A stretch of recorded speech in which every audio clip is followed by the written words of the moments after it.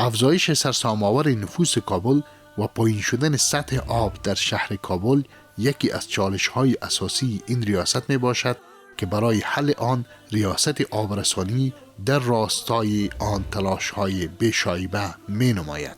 زمونږ ذخایر خو ما ویل چې 40 یا 50 کال مخکې جوړې شوي دي.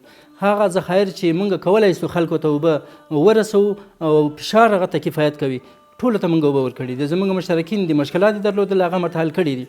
ولی بعضې ځایونو کې چې د شبکې د زورمندانو په واک وي یا د داسې کسانو په واک وي چې هغه منافع شخصي جبونو ته تلل، د هغو هم مخنیوی کړی ده.